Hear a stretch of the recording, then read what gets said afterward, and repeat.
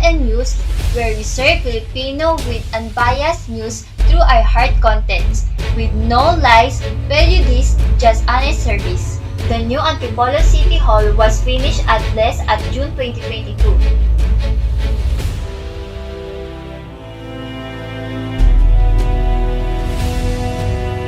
The French journalist was killed in Ukraine while reporting on evacuating civilians. Frédéric Leclerc himself was in Ukraine to show the reality of war. Aboard a humanitarian bus alongside civilians forced to flee to escape Russian bombs, he was totally shocked. Drag-Race Philippines latest. Precious Paula Nicole pops off the Philippines' first drag race superstar.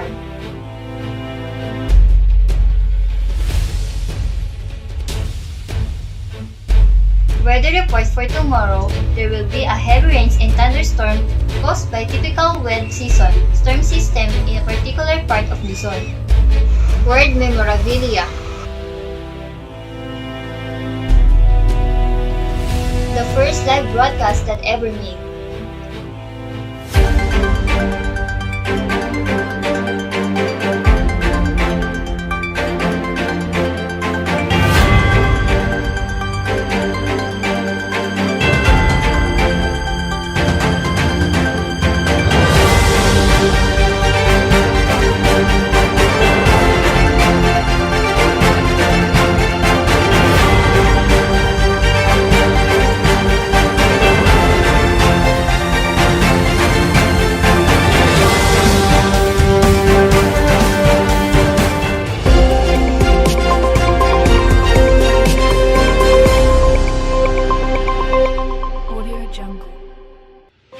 Good afternoon, everyone.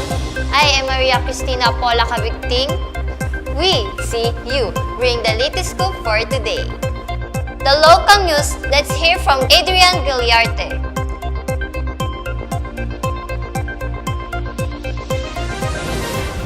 Good afternoon, everyone. I am Adrian Guiliarte, serving you to the local news. We see you. The new Antipolo City Hall was a project of the previous Mayor Andy Guinares. She started building this in 2019 but got halted during the lockdown of the pandemic and resumed it at November 15, 2021 when the lockdown ended.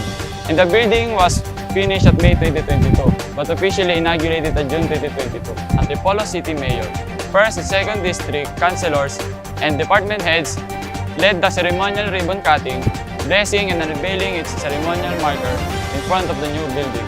The previous mayor also stated in her official Facebook account that there will be also complaint desk similar to the current hall and for Antipolo City, hospital annexes where stakeholders can voice their concerns. She also assured citizens that complaints against rude or unprofessional city government personnel will be quickly acted on the city's Human Resources Department. Imagine, Mayor Andeng can do such things. What else from the current mayor? So we are expecting more projects for the new government. Back to you, Kabigting.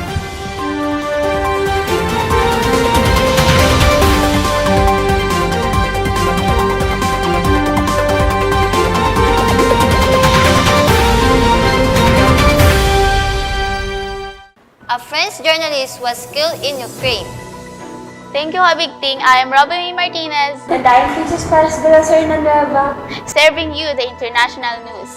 We see you.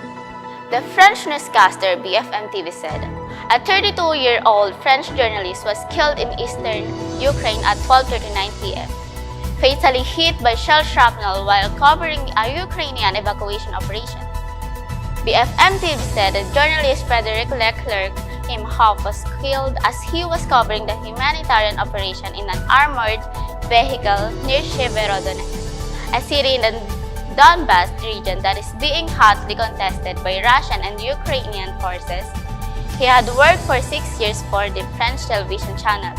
We are giving our deepest sympathy to his family. Let's hear more from my partner Nueva.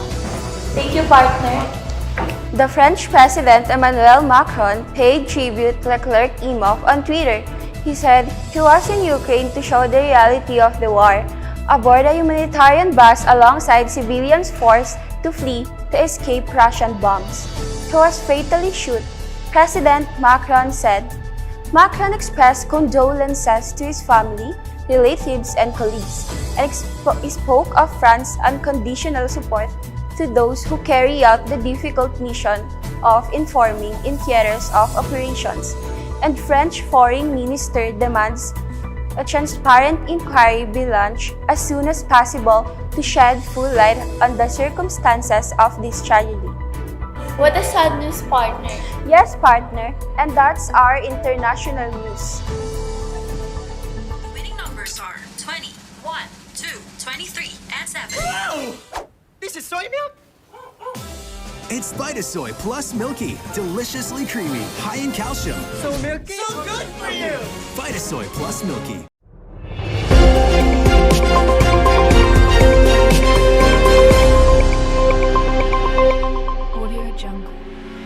Drag Race Philippines' latest tea spilled by Angel Joy Briones.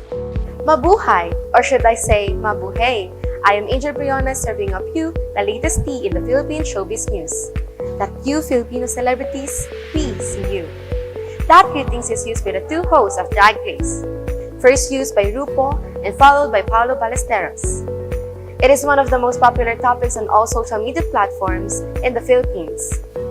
Due to the mixed feelings that fans are experiencing in response to the announcement of first ever Drag Race Philippines superstar. Precious Paula Nicole, according to several members of Team Marina Summers, are the Season 1 hosts, judges, and productions team's favorite. Team Precious Paula Nicole replied with a positive message that PPN slayed and killed that lip-sync battle. Despite this issue, Precious Paula Nicole and Marina Summers stay close and supports one another. Behind the successful show, celebrities are part of its panel of judges. First off, we have Paolo Ballesteros hosting the first season of Drag Race Philippines. Philippines concert queen Pops Fernandez, Asia songbird Regine Velasquez, and Miss Universe 2015 Pia Wurtzbach. That's all. Back to you, Kabig King. Congratulations, Precious Paula Nicole. Today's weather forecast.